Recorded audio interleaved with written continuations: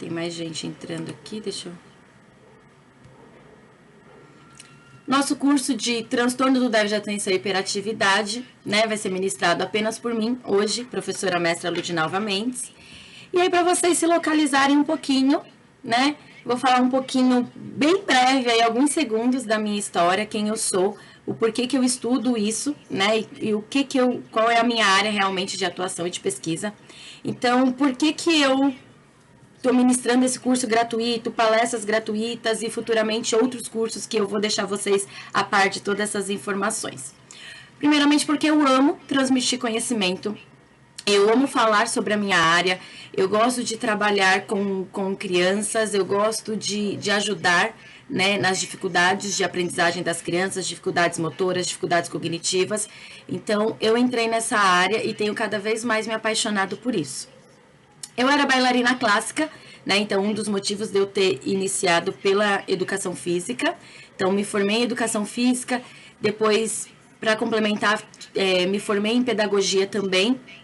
Fiz uma especialização em psicomotricidade, então eu sou psicomotricista, eu analiso ali o movimento do indivíduo, né? O meu foco principal são as crianças, mas a psicomotricidade nos permite trabalhar com todas as faixas etárias, né?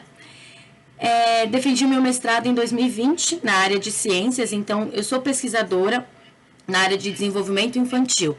Então eu trabalho com as seguintes populações, né? TEA, que é o transtorno do espectro autista, TDAH, que é o nosso curso de hoje, transtorno do déficit de atenção e hiperatividade, o TOD, que é o transtorno opositor desafiador, TDC, que é o transtorno do desenvolvimento da coordenação, e transtornos específicos da aprendizagem, como, por exemplo, a dislexia e a descalculia. Então, deixa eu começar aqui no ao vivo. Então, vamos aqui. Então, a programação do nosso curso hoje, né, pro dia... Deixa eu colocar aqui o laser, fica melhor para a gente poder ver.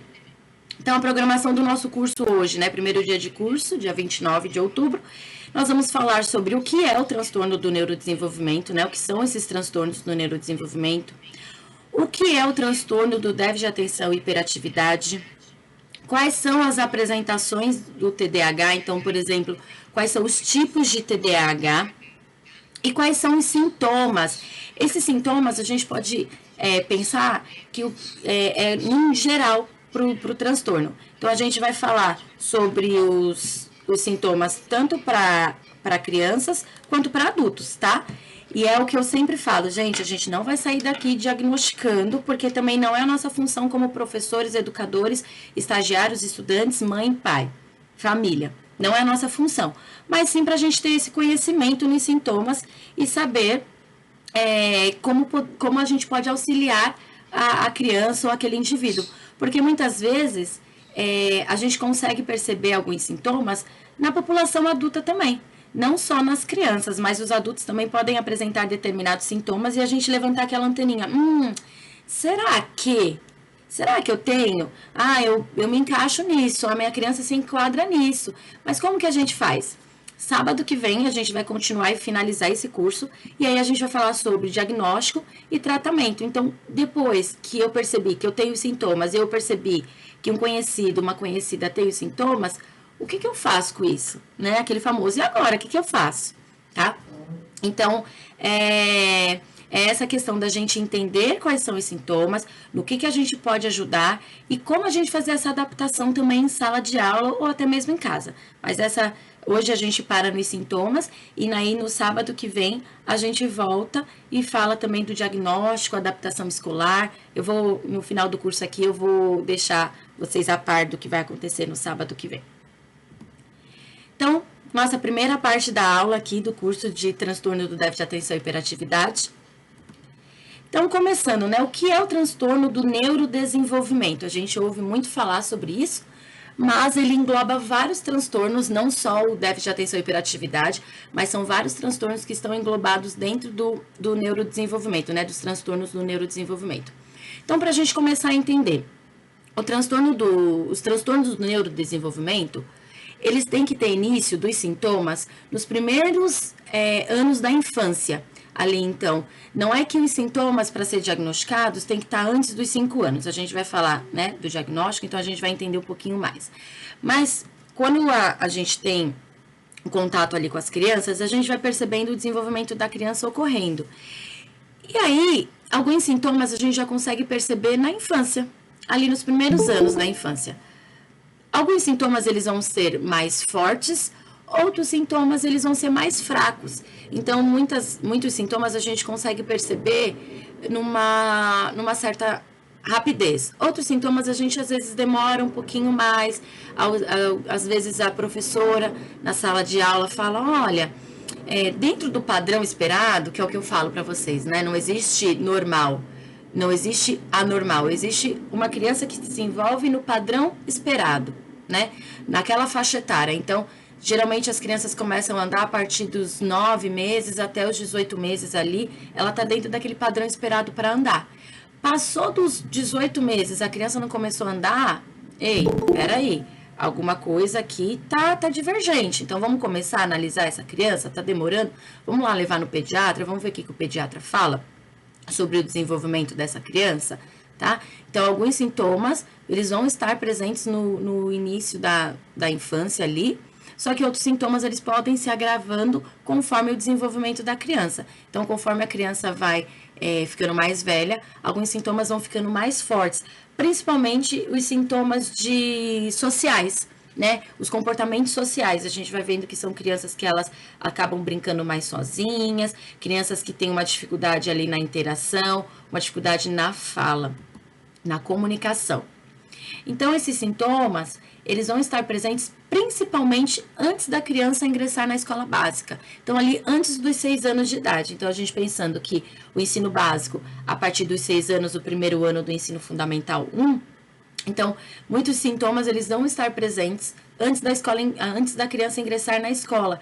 Por isso, gente, eu reforço a importância das crianças, antes dos 6 anos, participarem de escola, estarem matriculadas, né? Na medida do possível, elas estarem matriculadas tanto em escola pública, particular, creche, né? Escolas de educação infantil. Por quê? Porque ali, quando a criança ela tem o convívio com outras crianças, ela se desenvolve de uma forma muito melhor, né? Ela vai ter o convívio com outras crianças, ela vai ter ali uma educadora ou um educador trabalhando com ela, pensando em todas as fases do desenvolvimento que devem ser estimuladas naquela faixa etária, né? E ela com certeza vai ter um desempenho, um desenvolvimento melhor do que aquela outra criança que não frequentou a escola, né? Não frequentou a creche ou a escola de educação infantil. E ali, vamos pegar um exemplo. A professora lá na sala de aula, ela tem o quê? 20 alunos, 25 alunos, sei lá, 10 alunos. Ela tem muito mais que 5 alunos, muito mais que 2 alunos. Então, ela consegue pensar no padrão ali de comportamento, no padrão de desenvolvimento. E aí, quando a gente tem uma criança, por exemplo, uma turma de 20 crianças, a gente tem 1 ou 2 crianças que estão aquém daquele padrão, a gente começa a ligar aquele sinalzinho de alerta. Ei, mas espera aí.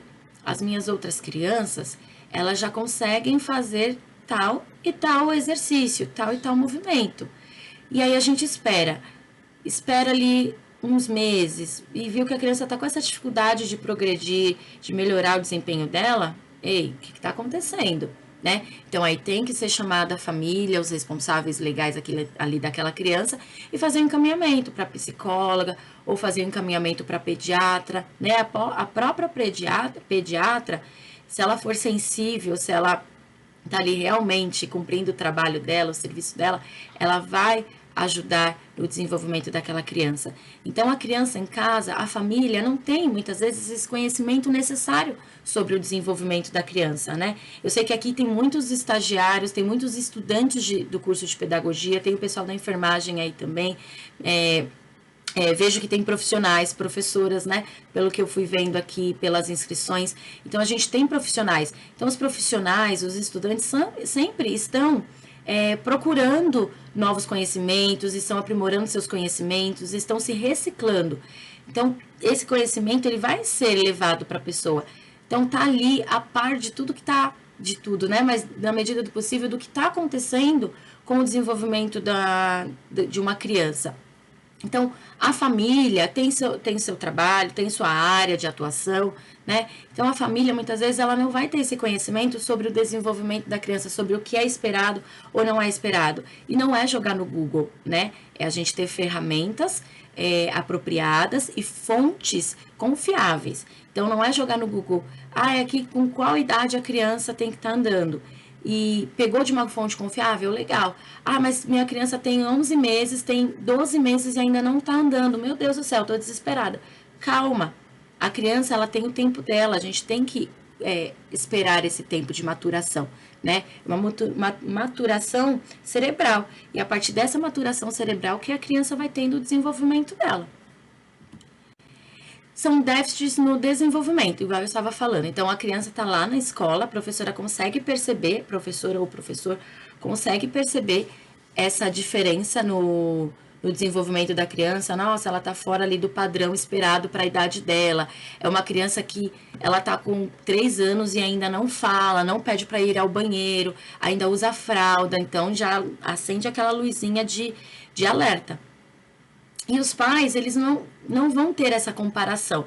Algumas vezes acaba comparando com o irmão mais velho ou com os primos, só que é um N muito pequeno, são poucas crianças para ter essa comparação. E realmente, cada criança vai ter o seu desenvolvimento. Então, por exemplo, eu tenho uma irmã mais velha. Eu sei que ela começou a ler antes que eu. Eu não lembro com quantos meses ela começou a andar, né? Mas eu lembro que minha mãe falava que eu comecei a andar por volta ali dos 9 meses. Mas se minha mãe fosse comparar eu e minha irmã, a minha mãe ia achar que eu tô com uma grande dificuldade na aprendizagem. Porque, se eu não me engano, por volta dos 4, 5 anos, a minha irmã já sabia ler.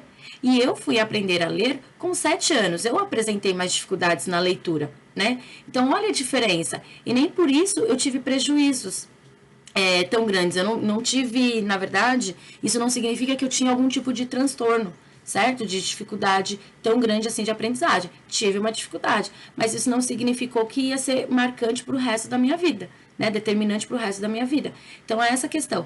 Ela está com dificuldade? Fui fazer aula de reforço, fui fazer aulas específicas para me ajudar com a leitura, com a escrita, e aí eu consegui desenvolver. Então, ali na época, né, era o primeiro ano, era com 7 anos, eu aprendi a ler dentro do esperado, no meu primeiro ano. Agora, a criança foi para o segundo ano. A criança foi para o terceiro ano, ainda não aprendeu a ler, tá com muita dificuldade? Epa, vamos verificar. Porém, a gente tem a questão, assim, também da pandemia, né?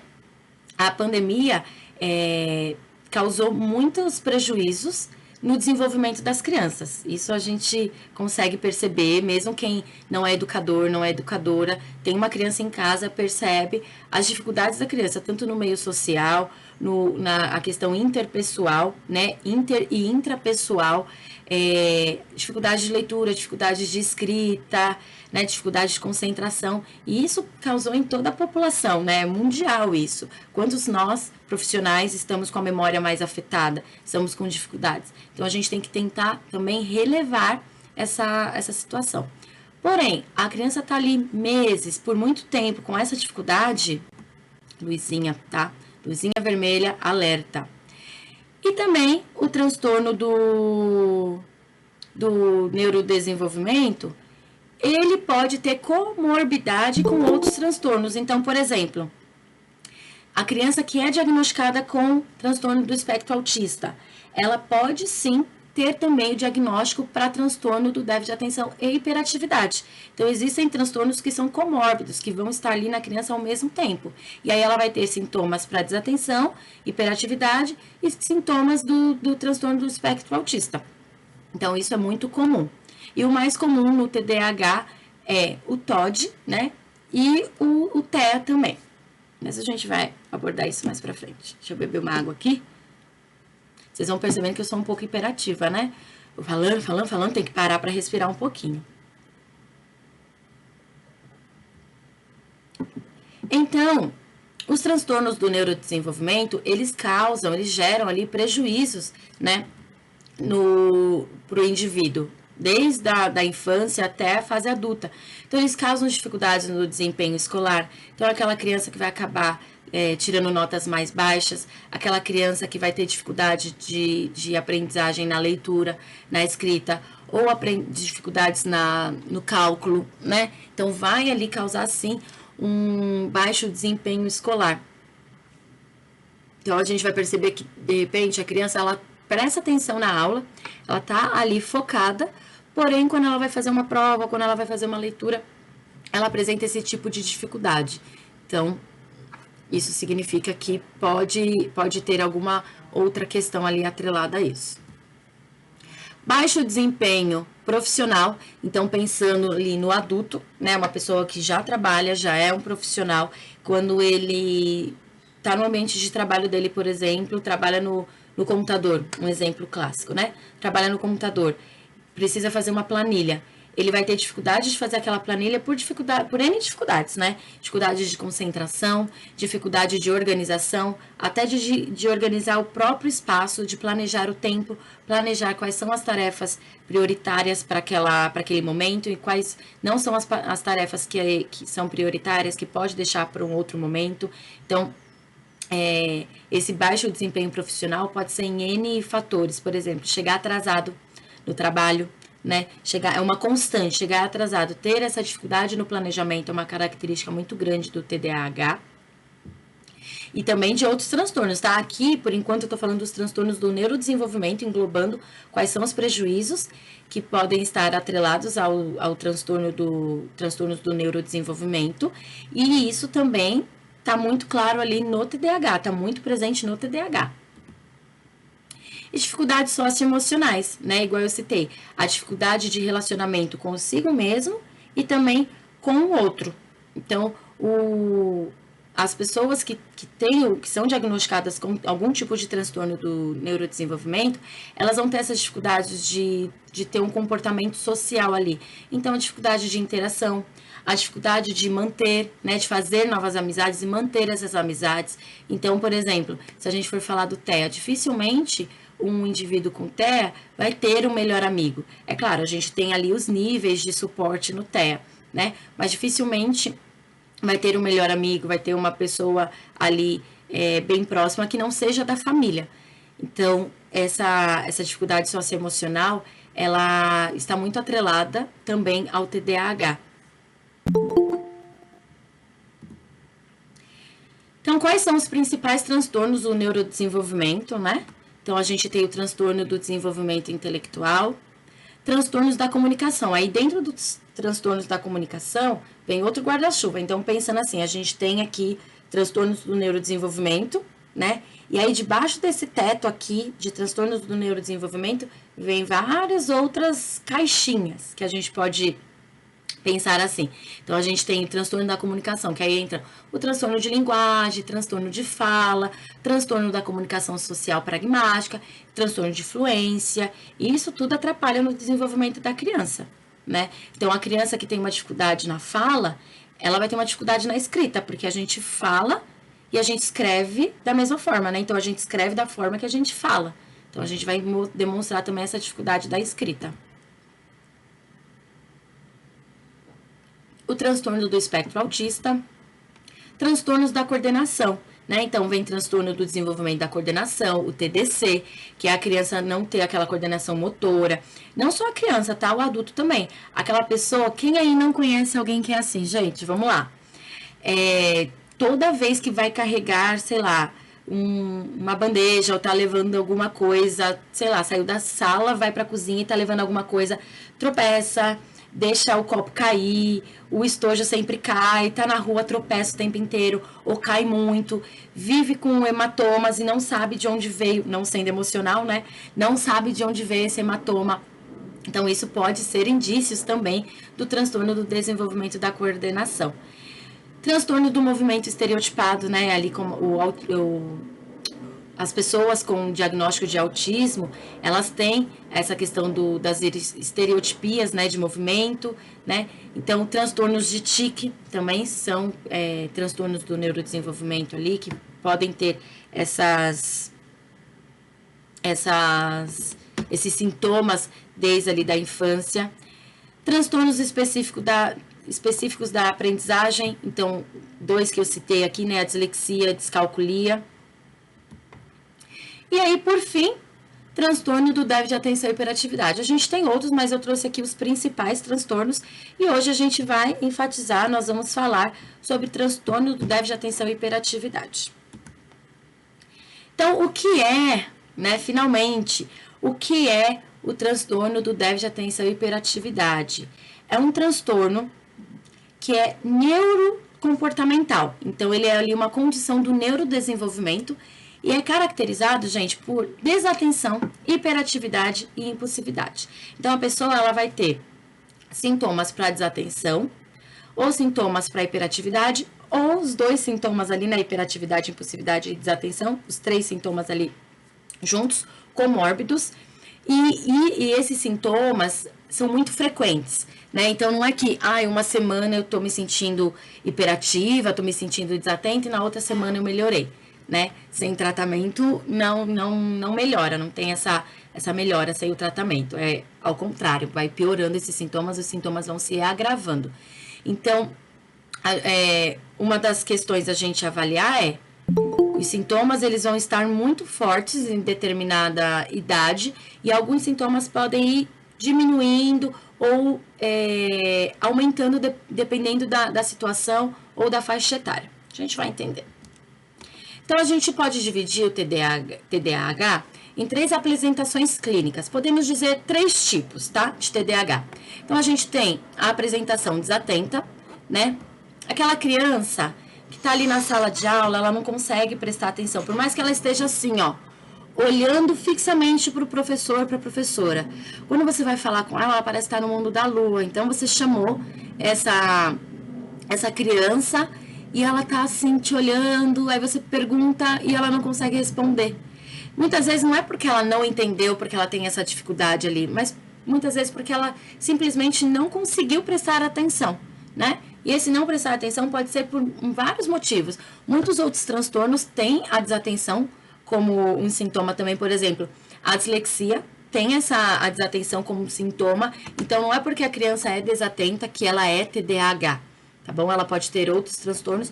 E também a gente tem que ficar atento, gente, como que tá a rotina dessa criança, né? O que tá acontecendo em casa? Às vezes a criança, ela tá mais triste, ela tá mais retraída, e aí ela vai acabar ficando mais desatenta mesmo. Mas a gente tem que tomar cuidado por quanto tempo ela fica com aquele comportamento. Não é uma criança assim, mas por quanto tempo ela fica com esse comportamento, né? E a apresentação desatenta, ela é muito mais comum em meninas. O TDAH, ele é mais comum em meninos do que em meninas. Porém, os meninos, eles apresentam mais sintomas, né? Um comportamento mais hiperativo e impulsivo do que um comportamento desatento. Não é que os meninos não vão apresentar esse comportamento desatento, eles podem apresentar sim. Mas, geralmente, as meninas que apresentam esse comportamento mais desatento. Então, são aquelas meninas mais quietinhas, aquelas meninas que elas se passam como tímidas. Mas aquela criança é muito tranquila, ela é mais tímida, ela é mais na dela. E não necessariamente seja isso. Ela pode ter esses sintomas para desatenção. E aí, mas é uma criança que vai ser totalmente tímida, uma criança que vai ser totalmente desatenta? Não necessariamente. Ela pode ter alguns comportamentos hiperativos e impulsivos, mas o comportamento que vai predominar ali naquela criança vai ser o desatento. Aí nós temos a apresentação hiperativa impulsiva. Então, gente, aquela criança que não para quieta, ela não consegue, criança ou adulto, tá bom? É o meu costume de falar criança, né? Mas a gente tá falando aqui de um público num todo. Então, a criança ou adulto que não para quieta. Então, por exemplo, tô aqui, vocês já viram que minha mão aqui não para, né? Então, tô aqui ministrando o curso para vocês, mas é que vocês não conseguem enxergar, mas meus pés estão aqui paradinhos, apoiados na cadeira aqui, né? Nos pés aqui da cadeira. Então, a pessoa que é hiperativa e impulsiva, ela tá numa reunião, ela tá assim. Aí olha o relógio, aí pega o celular, aí pega caderno. Ela tá assim, aí tá com a caneta, vou usar até a caneta que eu ganhei de presente. Tá assim, ó. Né? Ela não consegue parar. Isso mostra uma hiperatividade, isso mostra ali uma hiperatividade motora, né? Ou então os pensamentos acelerados, ela vai falar com você, ela não consegue passar a informação de uma forma calma, então ela vai falar, ela começa a falar, parece eu aqui, começa a falar, ela atropela a fala dela. E aí os comportamentos impulsivos estão muito parecidos ali, né? Tem dificuldade de esperar a vez na fila, aquela pessoa que vai tomar uma atitude e não vai pensar nas consequências. Então, ela às vezes arranja briga por conta disso, por conta dessa impulsividade, né? Porque aí vem junto com a irritabilidade. E aí a gente tem a apresentação combinada, né? O TDAH de forma combinada. Então, é a criança que ela tem os sintomas bem fortes ali para desatenção, e ela também tem os sintomas bem fortes ali para hiperatividade e impulsividade. Então, são 3 apresentações, né? O desatento, hiperativo e impulsivo, e o combinado, que é a junção dos sintomas, desatento e hiperativo e impulsivo. Então, quais são os sintomas aí para desatenção, gente? Prestando atenção, vamos lá. Dificuldade de prestar atenção em detalhes. Um exemplo, vou fazer a prova, eu, criança, adolescente ou eu adulto. Estou lá fazendo a minha prova, li o enunciado, circule a alternativa correta. Aí eu vou lá, errei. Por quê? Não prestei atenção que era a alternativa correta ou a incorreta. Estou acostumado lá a ler circule a alternativa. Já fui lá e circulei a alternativa que eu achei que era correta. E às vezes está pedindo incorreta, não percebi essa mudança. Então, se perde ali nos detalhes. Vai preencher uma planilha, esqueceu algum detalhe da planilha. Está se organizando para fazer um curso, para assistir uma aula, para fazer uma conta, perdeu ali um detalhe, perdeu um ponto-chave ali, um ponto crucial para cumprir aquela tarefa. Então, não se apega a detalhes. Erro por descuidos em atividades escolares, né? Então, esse exemplo da prova também serve, mas pegar aqui, essa imagem aqui das crianças fazendo aqui a atividade. Então, tá fazendo aqui a atividade, para usar apenas lápis preto, né? Então, a criança vai lá e acaba pintando com lápis azul, que tá aqui, por exemplo. Então, ela não se tocou ali no detalhe que a professora colocou no enunciado ou que a professora verbalizou esse detalhe, não prestou atenção e vai e faz a atividade errada, digamos assim, né? Do que é pedido, do que é esperado ali para a criança. Ou então, aquele famoso, né? Tem que levar cartolina na segunda-feira, lembrou no domingo à noite. Isso acontece, isso não vai fazer a criança ter esse diagnóstico de TDAH, mas ela sempre ser esquecida, né, de alguns materiais. Dificuldade de manter a atenção em atividades lúdicas, então dificuldade de estar preso ali a uma atividade que seja divertida, que seja um momento de lazer. Então, numa roda de conversa, a criança ela não consegue prestar atenção, né? Ela vai ter essa dificuldade de prestar atenção numa roda de conversa. Professora, o que aconteceu? Foi você? Então, eu vi que aqui sumiu, né? Vou ver o que É a Andréia, acho que é uma de Andréia. Peraí, deixa eu ver o que eu faço. Vou voltar a compartilhar a tela aqui, só um minuto. Tá bom.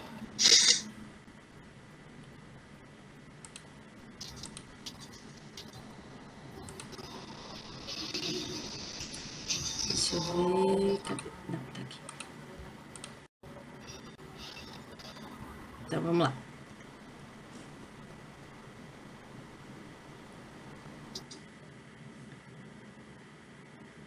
Apareceu para vocês? Ainda não, né? Pra mim tá aparecendo normal. Agora sim. Normal. Ótimo. Agora tá normal. Obrigada. Então, vamos lá. Voltamos. Então, numa roda de atividades, lá numa roda de leitura, a criança ela vai ter dificuldade de prestar atenção, de ficar ali atenta por mais tempo, né? Então, não é que a atividade ela não esteja interessante para aquela criança, mas a criança ela vai ter essa dificuldade realmente de prestar atenção, de ficar focada ali por muito tempo, por mais que seja divertida, perdeu o foco. criança parece não escutar quando falam com ela. E assim o adulto, né? Deixa eu voltar aqui no adulto. Então, por exemplo, o adulto tá numa peça de teatro, por exemplo, e aí ele tá ali assistindo a peça de teatro, mas daqui a pouco acabou. Ele não consegue mais prestar atenção naquela peça de teatro, fica entediado, quer vir embora, né? Ou quer fazer alguma outra coisa, ou tá assistindo um filme em casa com a família. Daqui a pouco o filme tá interessante, até gostou do filme, mas precisa pausar o filme, precisa, né, fazer uma outra coisa, porque perdeu o foco ali total. A criança, ela parece que não escuta quando falam com ela, a criança ou o adulto. Então, ela tá assim, já até falei desse exemplo, né? A criança tá assim, prestando atenção em você. Aí você fala com ela, então, o que você acha? Ou adulto mesmo, né? O que você acha? Hã? Oi? Tá falando comigo? É comigo? É. Ah, não presta atenção. Então, né, você pode voltar, você pode falar novamente. Então, isso é muito frequente na sala de aula, a gente vê que isso acontece, né? Mas, e não necessariamente que a criança, ela não tá parada ali prestando atenção em você. Ela tá te olhando, mas o pensamento dela tá em outros locais. Então, ela precisa de adaptações dentro da escola, que a gente vai falar no sábado que vem sobre essas adaptações. Então, como ela perde o foco ali em determinada situação, ela não segue as instruções. E não é que TDAH não tem foco, tá, gente? Ele tem foco. Porém, ele tem foco em tudo. Então, tô aqui falando com vocês.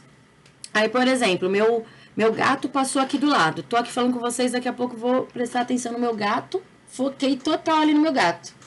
Aí, sei lá, caiu alguma coisa aqui atrás. Aí eu já olho pra coisa que caiu, começo a pensar naquela coisa, vir pensamentos, né? Então, essa dificuldade de focar em algo por muito tempo. Dificuldade de seguir instruções. Então, o TDAH, quando a gente for falar das adaptações, isso que vai ficar muito mais claro pra gente. Então, passei uma instrução de, olha, vocês vão fazer a tarefa, vocês vão começar pela página 59, vão fazer o exercício 1, 2, e depois vocês vão pular para o 5. Vamos com calma. Primeiro, pede lá para abrir na página tal. Depois você fala qual exercício que tem que fazer e não qual não tem que fazer, né? Por quê? Vai ter essa dificuldade de seguir instruções. Então, por exemplo, seguir uma receita, né? Vai lá fazer uma receita de bolo que pegou lá da mãe, da avó, do pai, do tio. Vai seguir ali, vai acabar perdendo um ingrediente. Então, mandou colocar 3 ovos. Vai acabar colocando 2 ovos ou vai acabar não colocando nenhum ovo, porque se perdeu ali no meio do caminho. Tem dificuldade, né, de terminar as tarefas escolares ou as domésticas. Então, tô ali lavando louça, por exemplo, a campainha tocou. Atendi a campainha, peguei a encomenda que chegou ali, coloquei a encomenda em cima do sofá, sei lá, subi pro quarto pra limpar o quarto, pra dobrar a roupa e esqueci da louça. Vou lembrar da louça quando eu lembrar que eu tenho que esquentar a comida, por exemplo, né? Isso em qualquer pessoa que tenha o diagnóstico de TDAH ou os sintomas, né? Mesmo que não seja diagnosticado. Então, começou a fazer uma tarefa da escola, lá as continhas, e aí desfocou daquelas contas para focar em outra coisa. Quando voltar para a tarefa, já foi, já passou, já era para ter entregue e não entregou. Né? Então, acaba tendo essa dificuldade aí de finalizar as tarefas. E podem ser quaisquer tarefas, tá, gente? Até tarefas do interesse. Claro que as tarefas do interesse são um pouquinho mais difíceis da pessoa esquecer, mas ela acaba esquecendo, tendo uma dificuldade ali também de completar. Possui dificuldade de organização.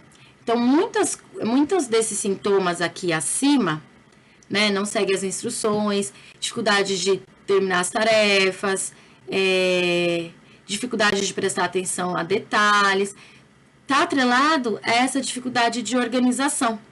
Então, é um indivíduo que tem essa dificuldade de se organizar. Então, por isso que chega atrasado no trabalho, por isso que muitas vezes na escola a professora dá um tempo para copiar a lição da lousa ou para terminar determinada atividade, a criança ela acaba se atrasando. Aí você fala assim, nossa, mas aquela criança nem estava conversando com ninguém, como é que ela não conseguiu terminar essa atividade aqui, que era só pintar?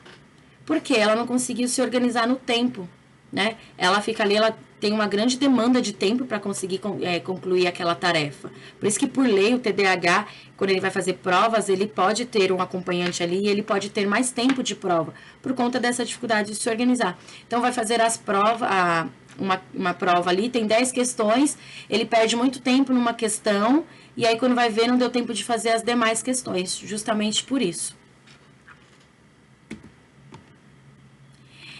Evita se envolver em atividades que exijam esforço intelectual constante. Então, pensando lá na adaptação escolar, que a gente vai dar mais ênfase no sábado que vem, aquela criança, por exemplo, que ela vai jogar xadrez. É uma atividade que exige muito esforço mental ali, muito esforço intelectual, e às vezes pode demorar vários minutos, né? Um jogo de xadrez.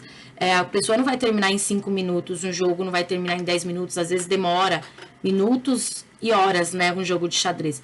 Então, a criança, ela não vai se envolver, ou ela vai se envolver, mas ela vai entediar muito rápido e desistir na metade do jogo. Então, percebeu que a criança tá ali, vamos fazer tal atividade, e ela, né, não querer se envolver, ou ela se envolver e rapidamente sair dessa atividade, pode ser um dos sintomas. E é claro, não é um sintoma só, gente, que tem que estar atrelado a isso, são vários sintomas, né? Ela se distrai facilmente por estímulos alheios, né, do que está executando. Então, estou aqui dando curso, aí alguém tá falando aqui, ou meu vizinho tá escutando uma música mais alta.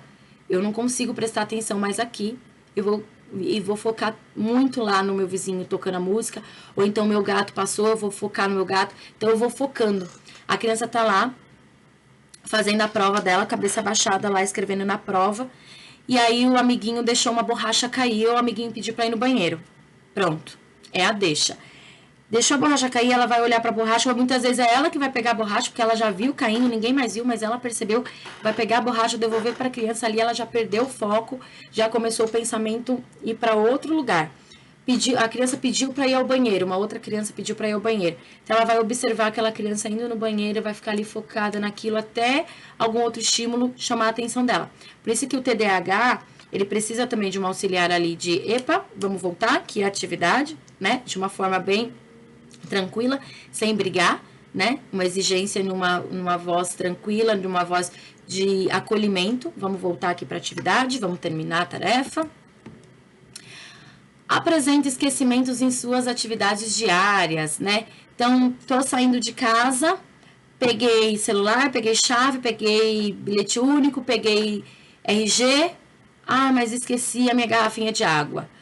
Esqueci hoje, nos outros dias eu lembro, beleza. Mas eu esqueço sempre. Então, todo lugar que eu vou, eu deixo minha marca. Então, fui na casa de uma amiga, esqueci a minha chave lá. Fui na casa de fulana, do namorada, esqueci meu batom, esqueci a minha blusa de frio lá.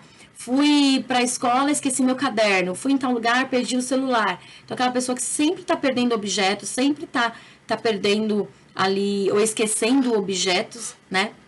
Esquecendo eventos. Então, atrelado a vários outros sintomas, pode ser um pré-diagnóstico aí de TDAH. Agora, falando dos sintomas de hiperatividade e impulsividade. Aquele exagero, né, de atividade motora. Então, aquela pessoa que ela tá sempre ali ativa, né? Então, por exemplo, aqui eu coloquei sala de aula, mas a gente pode levar isso para a fase adulta, pensando no escritório, na faculdade, né? Então, o indivíduo precisa levantar com frequência da cadeira. Então, tá ali sentado, se sente agitado, né? A pessoa tá se sentindo agitado, pensamento a milhão, precisa levantar para dar uma volta, para ir ao banheiro, para ir beber uma água. Então, geralmente, aquela criança que toda vez está pedindo para ir ao banheiro, né? A gente tem que investigar o porquê que está pedindo para ir ao banheiro o tempo inteiro. Pode ser N motivos, mas também ela pode estar se sentindo hiperativa, ela pode estar se sentindo agitada e com essa grande necessidade de ir ao banheiro. Então, ela levanta da cadeira o tempo inteiro, mesmo em períodos de prova, ela tem essa necessidade de levantar da cadeira. No ambiente de trabalho, ela tem essa necessidade de levantar da sua cadeira lá do seu escritório e dar uma volta aí no banheiro e lá embaixo, né? Para quem fumar no cigarro, então essa hiperatividade está ali atrelada a essa questão de um hábito, né? De um mau hábito. Agir antes de pensar, na maioria das vezes. A gente, às vezes, tem alguns momentos que a gente age na impulsividade, né? De falar alguma coisa, de agir de alguma forma antes de pensar sobre isso. Mas um exemplo clássico que eu dou, assim, você tá num ambiente e alguém pisou no seu pé. E aí você vai respirar fundo e vai falar, não vou me estressar hoje, a pessoa pisou no meu pé, foi sem querer, você vai conseguir pensar em várias outras formas ali. E aí a impulsividade, ela vai fazer com que você já brigue com aquela pessoa, você pisou no meu pé, você não tá me vendo, né? Isso é uma questão de impulsividade. Ou não ter filtro, né? Falou e não pensou nas consequências. Então, se o chefe veio te dar uma advertência, veio reclamar de alguma coisa, ao invés de você respirar fundo e responder de uma forma coerente, né? Ou respirar fundo e pensar, poxa, eu errei mesmo? Não, você já vai partir para agressão verbal, às vezes até agressão física, né? Porque você não pensou nas consequências, você não pensou antes de agir, atravessar a rua, furar a fila, né? Essas dificuldades. Aí, dificuldade de esperar a sua vez. O furar fila entra muito aí, né? A gente adulto parece que adora uma fila, né? O brasileiro adora uma fila. Mas aí quem tem o TDAH mesmo diagnosticado ou tem esses sintomas muito grandes, a dificuldade de esperar a vez é absurda, mas não só em filas, né? A gente percebe isso. A pessoa tá falando, então antes de eu terminar aqui a minha pergunta, já levantou a mão, já respondeu, ou nem levanta a mão, né? Já respondeu, já atravessou a conversa, não consegue realmente esperar a vez, vai ali respondendo antes mesmo de saber realmente o que ia ser perguntado. Responder as perguntas antes que elas sejam concluídas. Então, vou perguntar aqui para vocês, na aula passada nós vimos, aí já vai lá e fala. Nós vimos tal e tal coisa, e às vezes não era isso que eu ia falar, era de uma outra abordagem que eu ia falar. Ou então, gente, a pergunta aqui, número 1, quem é que descobriu o Brasil?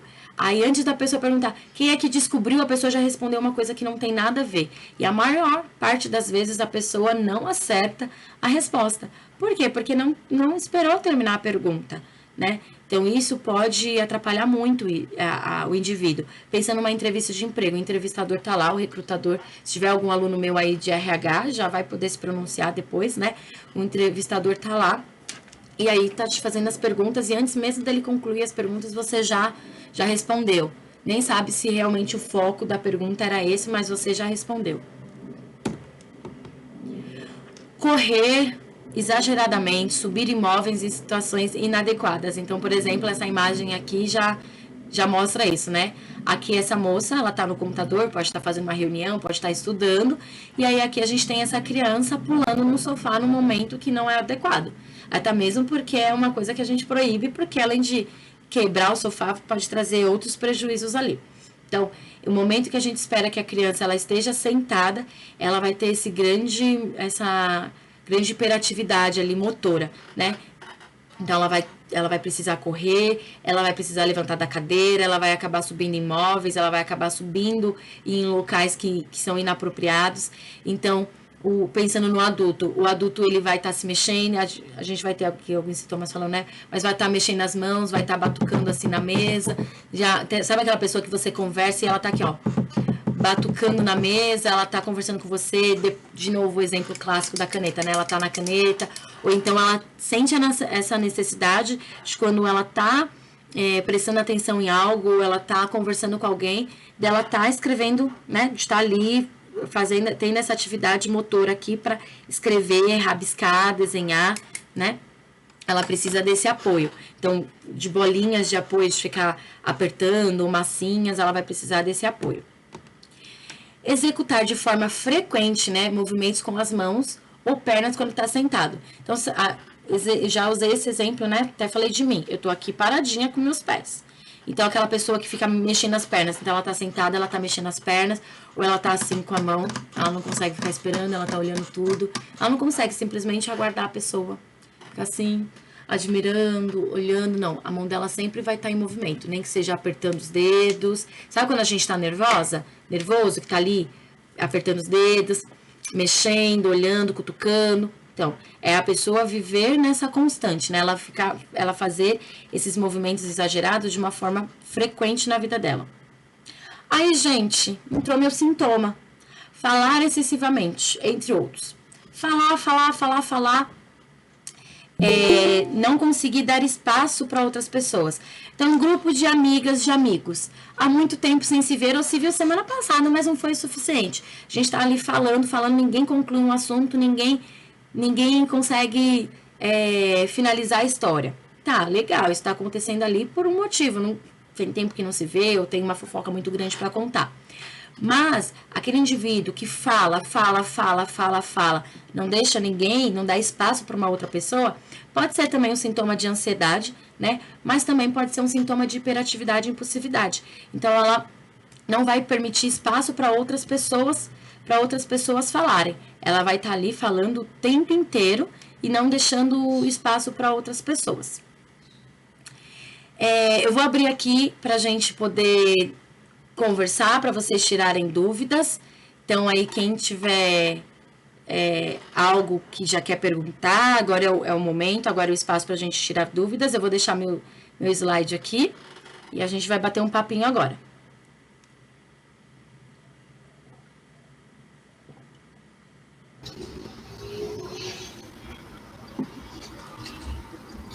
Professora, sobre a gente procurar ajuda, a gente conhece uma criança que é assim, mas como a gente procurar ajuda para essa criança? Tá. Você se identificou essa criança, né, nos sintomas, na maior parte dos sintomas. Sim. Então, a primeira coisa, você diz como mãe, como família ou como educadora? Como mãe e como educadora, né? Tá, as duas coisas, né? Melhor ainda. As duas coisas. Tá. Então, vamos... É porque, assim, tem caminhos mais longos e tem caminhos mais curtos, né? Então, sou educadora, tô lá na escola, percebi que meu aluno tem muito desses sintomas, está prejudicando no aprendizado dele. Vou chamar a família para conversar, que é o primeiro passo, né? Então, conversar com a família, falar sobre as dificuldades. Lembrando, a gente não vai dar diagnóstico, a gente não vai falar, olha, percebi que ele tem esse sintoma tal, aprendi lá no curso da Ludinalva que ele tem esse sintoma tal e tal, tal. Não. A gente vai falar, pode mandar perguntas no chat também, tá, gente? Já tô com uma aqui aberta. A gente vai falar com a família que tem percebido essas dificuldades na aprendizagem, que ele tem mostrado mais agitação, ou mais de desatenção, e aí vai pedir para essa mãe procurar um psicólogo, né? Em primeiro lugar, procurar um psicólogo. E aí, pensando, a gente vai falar sobre tratamentos mais para frente. Tem um psicólogo, tem uma abordagem da terapia, né, da psicologia, que é específica para quem tem transtornos do neurodesenvolvimento. Então, vai procurar esse psicólogo e aí a psicóloga, ela vai encaminhar para os responsáveis. Então, pode ser o neurologista, né, neuropediatra, psiquiatra pediatra, psiquiatra infantil. Então, é esse caminho. Quando é professora. Então, primeiro tem que conversar com a mãe. Quando já é mãe, quando já é pai, quando já é família, o caminho é um pouquinho mais curto, porque aí não tem essa conversa inicial com a professora. A conversa vem um pouquinho depois, né? Ou então você pode até conversar com a professora. Olha, como que tá meu filho na escola? Porque em casa eu tô sentindo dessa forma. E aí eu levo para a professora também vai poder falar como essa criança tá na escola. E aí eu levo para terapia. Ou já levo direto no neurologista. Se tá percebendo que os sintomas, eles estão muito fortes, num nível muito exacerbado, assim, muito alto, a gente já leva direto no neurologista para fazer a consulta com o especialista, que é quem vai dar o diagnóstico, né? São os médicos. Não é psicólogo, não é fono, são os médicos que vão dar esse diagnóstico. Obrigada. Imagina. Tem uma pergunta aqui da Natália, Natália Basile. Ela perguntou se o TDAH ele atrapalha no desenvolvimento motor, né? No motor. Então, exemplo, atrasa o andar da criança. Pode sim estar atrelado a isso. Mas aí, lembra que eu falei da comorbidade? Essa criança pode ter um transtorno do desenvolvimento da coordenação. Então, uma criança que pode ter os sintomas de TDAH também, mas pode ter os sintomas de TDC. E é uma dificuldade ali na coordenação. Então, tem que ser investigado, principalmente dependendo da faixa etária dessa criança. Mais uma aqui, da Gabriela Celine. Minha dúvida é... Calma aí, deixa eu ver. Legal essa dúvida. Ela perguntou assim, se a mãe dela, né, ou outro lado da família, tiver o diagnóstico, pode ser que eu tenha também? Pode sim. Tem ali 70% de chance, porque a gente vai falar sobre a etiologia do TDAH, né, de onde vem o TDAH, mas o que os estudos mostram é que quem tem pais, né, pai e mãe TDAH, tem mais chances de ter um filho ou uma filha TDAH. Mesmo tendo na árvore genealógica ali um tio, pode ter essas chances também, mas as chances vão diminuindo. Mas pai e mãe com transtorno do neurodesenvolvimento, a chance da criança ter transtorno do neurodesenvolvimento é muito grande também, tá bom? Tá, Natália, falando somente sobre o TDAH. Sim, o TDAH, a criança ela pode ter, sim, essa dificuldade motora por conta da hiperatividade dela. Mas, por exemplo, a minha pesquisa de mestrado mostrou que mais de 50% ali da minha população que eu avaliei apresentava um déficit motor. Então, a criança, mesmo ela não tendo mesmo ela tendo TDAH, ela pode ter essa dificuldade motora sim, tá bom? O TDAH, ele pode ser genético também. A gente vai falar bastante na semana que vem, mas ele pode ser genético também. Mais alguma pergunta? Deixa eu ver se tem mais aqui. Pode mandar no chat. Diga. Raíssa, ela é uma criança neurologista ou neuropsicólogo? Neurologista. O neuropsicólogo pode ser que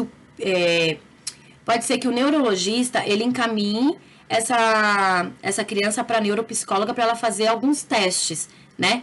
Então, tem algumas baterias de testes que o ano que vem eu vou ministrar mais cursos sobre isso.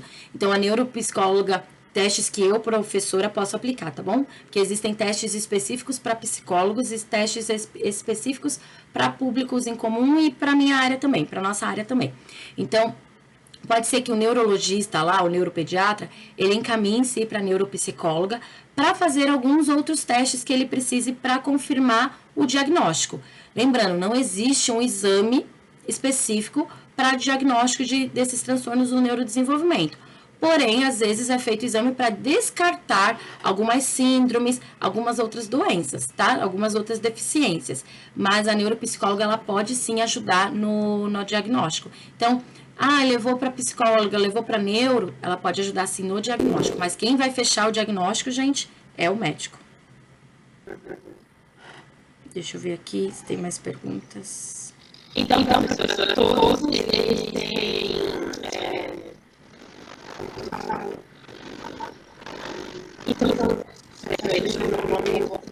Tá bom. Enquanto isso, eu vou responder a pergunta da Irilene, que ela falou assim: como educadora, se detectar esses sintomas em uma criança, devo levar isso primeiro à direção da escola? Exato.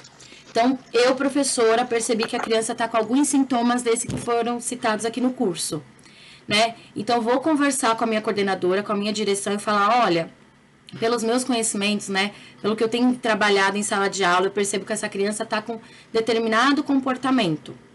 E aí a gente leva para a direção, para depois poder levar para os pais, né? Mas uma reunião de pais eu também posso conversar diretamente com essa família. Mas a direção, nossos gestores, eles devem estar sabendo sim do caso. No sábado que vem a gente vai falar sobre o diagnóstico. Então a gente vai saber ali quanto tempo esperar para poder falar com a família. Então, começo de ano, fevereiro, já vou falar com a família? Calma, se eu conheço essa criança desde o ano passado, pode ser que sim. Mas se essa criança está entrando na minha escola agora, pode ser que não. Então, não percam cenas dos próximos capítulos. Tá. Aí a Simone colocou aqui. E se não sabe lidar com uma bronca, mesmo sabendo que fez algo errado e ao ser chamada a atenção, né? Acredito que a criança fique frustrada ou faça aí uma birra, né? Pelo que você está me falando aqui, Simone. Hoje em dia, nossas crianças, elas estão com muitas dificuldades, essa geração está com muita dificuldade no receber não, no lidar com a frustração. Então, é normal, né? A criança, quando ela recebe um não, ela ter um comportamento ali que a gente vai julgar inadequado, ela se jogar no chão, ela ficar irritada. Só que a gente tem que ir trabalhando isso como família e como educadora também, né? De, tudo bem receber um não, quando eu falar não pra você, não tem essa necessidade de se jogar no chão, de chorar. Eu entendo que você vai ficar triste, né? Mas agora não dá, agora não pode, agora não vai brincar disso, agora não vai fazer o que você gostaria. Em outro momento a gente pode pensar em fazer isso, né? Ou então, eu te dei uma bronca porque o comportamento que você teve não é legal. A gente já conversou sobre isso antes e esse comportamento não é bacana. E faz parte, a gente não pode deixar de dar bronca, na criança, no adolescente ali, por conta de uma frustração ou porque a criança vai chorar. Isso faz parte. A Paloma perguntou como que é o processo de diagnóstico, né? Tipos de terapia até fechar esse laudo. Nós vamos falar de uma forma mais enfatizada no sábado que vem, né? Mas é um processo de investigação. Então, a gente precisa da família, a gente precisa, muitas vezes, de relatório dos professores, né? Relatório da escola, e a gente precisa saber o histórico daquela criança, histórico desde o nascimento até aquela idade, a gente precisa saber daquela criança para fechar o diagnóstico.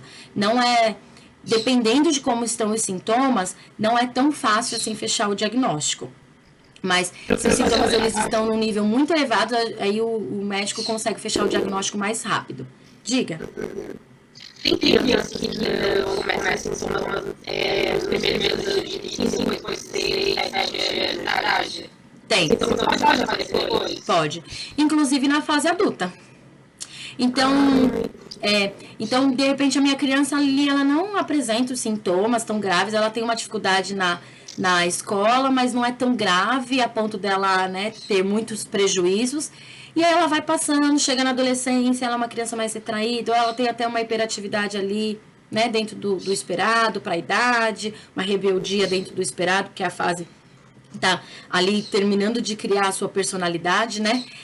E aí ela vai na fase adulta, ela percebe que chegou lá no ambiente de trabalho, ela tá com dificuldade de se manter em um emprego, ela vive trocando de emprego, dificuldades nos relacionamentos afetivos amorosos, então troca de parceiro, por muitas vezes por uma questão intrapessoal, né, de não saber ali, lidar com as emoções, lidar com o social, né, o socioemocional dela.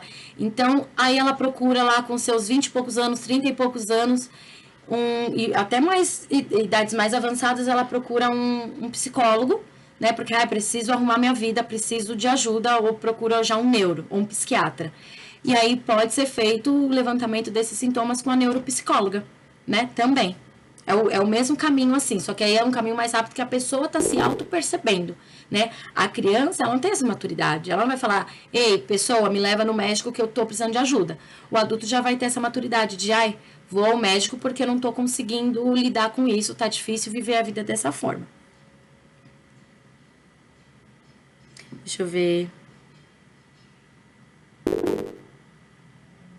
Mas o não tem que ser explicado, né? A Natália tá complementando aqui, né? Pois somos criados que não é não. Exatamente. Se a gente quer formar cidadão crítico, se a gente quer formar uma criança que vai saber argumentar, não vai aceitar tudo que a sociedade impõe para ela, então tá num emprego, o chefe mandou fazer isso e ela acha que é errado, ela acha que aquilo ali vai atrapalhar na saúde mental dela, no desenvolvimento dela ali, ela não vai argumentar, né? A gente tem que criar um cidadão, uma cidadã que saiba argumentar, que tenha um olhar crítico, que faça uma análise crítica. Então, quando a gente vira para a criança e fala, pronto, você não vai fazer tal coisa. Por quê? Porque não vai fazer, eu não quero que você faça, não vai fazer. Gente, aí a criança vai aprender que quando alguém falar não para ela, ela não vai argumentar, ela não vai tentar em busca do sim. Né? Então, ela não conseguiu emprego, não conseguiu emprego, não vou tentar outro e tal. Então, essa frustração fica mais difícil ali lidar. Então, a gente tem que explicar.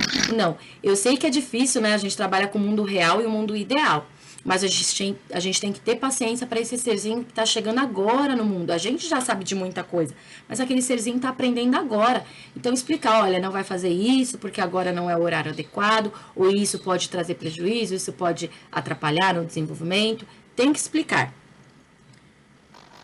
Bom dia, tudo bem.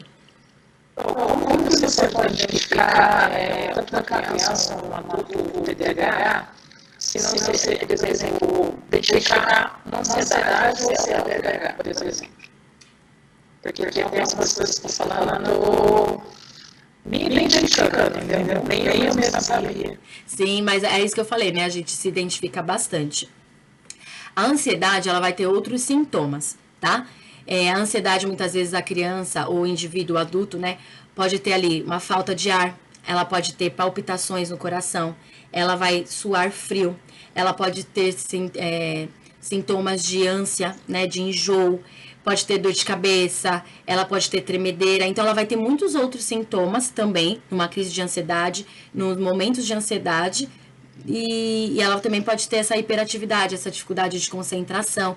Só que tem sintomas específicos para ansiedade também. E quem vai fazer esse diagnóstico, né, esse levantamento, é o psiquiatra ou o neurologista. Mas procurar a ajuda de uma psicóloga para fazer melhor esses levantamentos dos sintomas, para saber qual é qual, né? O que você está ali com mais sintomas para TDAH ou para ansiedade, também é preciso.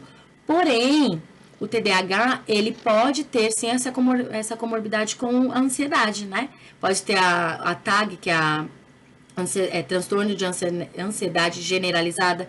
Muitos indivíduos com TDAH podem ter depressão, né? Não só sintomas de depressão, podem ter a depressão, podem ter a ansiedade. Então, tá muito ali, muito próximo e realmente pode até atrapalhar no diagnóstico. Por isso que muitas vezes o diagnóstico ele não é fechado na primeira sessão, no primeiro encontro ali. Ele demora um tempo, em algumas vezes. Tá bom, obrigada, Bru. Eu vi aqui. Foi a Camila que perguntou. Posso falar? Pode falar. Então, aproveitando o gancho, aonde que o início, o uso da bebida alcoólica, entorpecente entra, né, nessa ansiedade, enfim.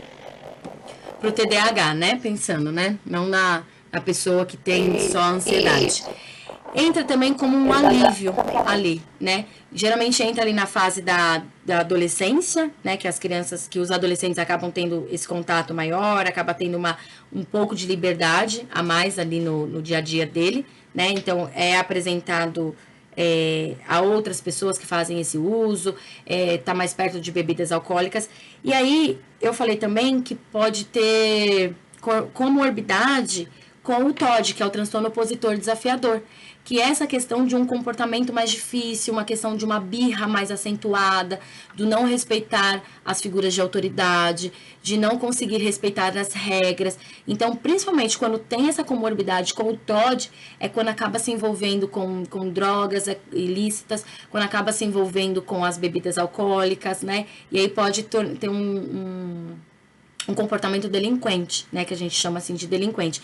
Então, o indivíduo com TDAH, quando ele tem os sintomas muito fortes e ele não é tratado, e principalmente quando tem uma comorbidade ali com TOD, são aquelas pessoas que geralmente vão acabar sendo presas em algum momento da vida, elas vão se envolver em brigas com muita facilidade, elas vão ter comportamentos marginalizados. Então, por isso que a gente tem que ficar muito atento a esses sintomas, né, e trabalhar com o acolhimento e não o julgamento. Deixa eu ver aqui uma pergunta que o Eduardo fez. Com certeza. Isso daí é muito comum nas unidades, viu? Exato. E aí a gente tem que ver se a criança realmente ela tem um transtorno ou por conta do comportamento dela, por conta do exemplo que ela tem nas comunidades, né? Falta ali de oportunidades, falta de um encaminhamento, né? Para um caminho de um comportamento adequado. Por isso que a criança foi para marginalidade ou porque ela realmente tem o transtorno e isso agravou esse comportamento dela. Então, aqui, a Eduarda mandou aqui que ela tem contato com uma criança hiperativa, que ela age muito no sentido de agir e não pensar nas consequências, né? Ela costuma ter um comportamento mais agressivo com os colegas no momento das brincadeiras e negar tudo que se questiona e ela sempre se faz de vítima. Como proceder nessa situação, né? Então, a gente tem que avaliar o que está mudando ali na rotina dessa criança, o que ela está sentindo. Então, conversar com ela. Por que você bateu na criança? Por que hoje você está mais nervosa? Principalmente dependendo da faixa etária dela, a gente já consegue trabalhar essa questão dos sentimentos, né? E aí entender, porque isso aqui também pode ser um sintoma de TOD, do transtorno opositor desafiador. O TOD, gente, não necessariamente ele vai ter uma dificuldade ali na aprendizagem. Então, geralmente são crianças muito inteligentes que não apresentam dificuldades no desempenho escolar, porém tem alguns comportamentos assim agressivos, de não conseguir respeitar regras, de responder figuras de autoridade, de falar muitos palavrões, de fazer realmente para provocar, tirar a pessoa do sério. Então, realmente, se essa criança ela está tendo essa situação por muito tempo, tem que procurar ajuda psicológica, né? Conversar com as professoras, com a família, e se for já a família, procurar ali uma terapia para essa criança fazer, né? E sempre conversar com a criança. A gente precisa conversar. Muitas vezes a gente subestima, né, a capacidade das crianças, mas as crianças, elas conseguem entender tanta coisa, gente. Então, é interessante a gente sempre estar observando e conversar. A criança, ela sabe dialogar, sim. Ela já consegue falar ali do que ela está sentindo e a gente vai norteando a criança para ela entender o que são os sentimentos, o que são as emoções. E aí depois ela vai estar nomeando. Ai, tô me sentindo nervosa, tô com raiva. Ela vai nomeando. No caso do TDAH, sendo que muitas pessoas possuem sintomas para ter diagnósticos e depois ele... Deixa eu ver aqui, peraí.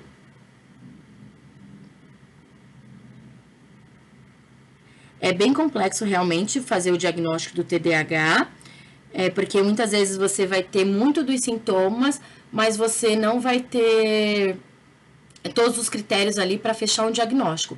Então, isso pode ser temporário, pode ser daquela faixa etária, pode ser do seu momento de vida que a pessoa está passando. Então, os pais se separando ou mudando de ambiente, né? Mudando de casa, mudando de escola, mudando de trabalho, né? Pensando no adulto, trocando de faculdade, ou estou passando por uma situação complicada, delicada no ambiente familiar. Isso tudo pode desencadear alguns sintomas também.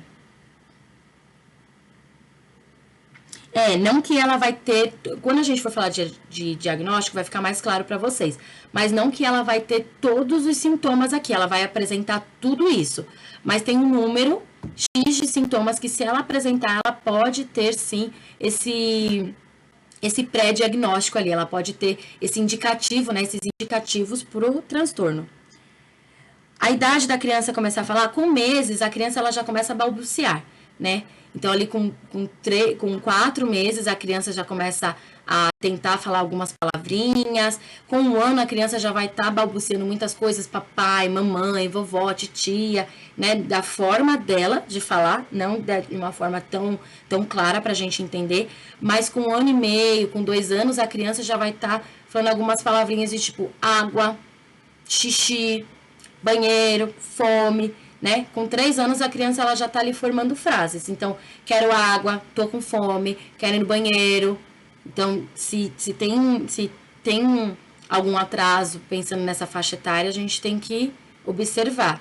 E levar aí procura o fonoaudiólogo também. Mas pode procurar uma psicóloga também, gente. A saída para muitas dificuldades ali que a gente está achando no comportamento da criança fora do padrão esperado, a gente pode procurar a psicóloga e aí ela vai encaminhar também para os profissionais específicos.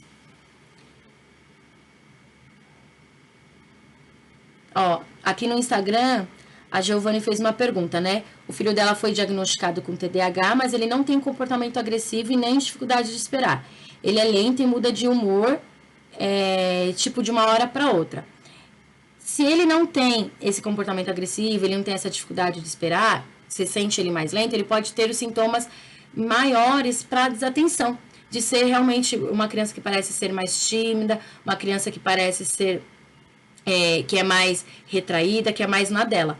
A questão da mudança de humor pode ser ali relacionada à ansiedade ou até uma depressão também. Eu lembro que você tinha me dito uma vez, Giovanni, que seu filho ficava muito na dele, era muito quieto. Então, a gente tem que ver se também não está com sintomas para depressão. Se não está passando por um tipo de bullying na escola, como que está esse tratamento na escola, né? Alguém levantou a mão aqui, deixa eu ver quem foi. Acho que foi a Adriana, né? Pode falar quem levantou a mão.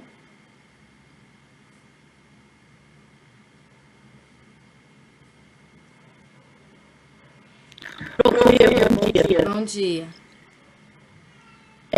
Então, o meu menino, ele tem muita dificuldade para esperar o tempo dele na fila, que nem essa na representação dessa criança, né? Eu recebi até reclamação, porque a babá dele na fila, ele sempre ia ser primeiro,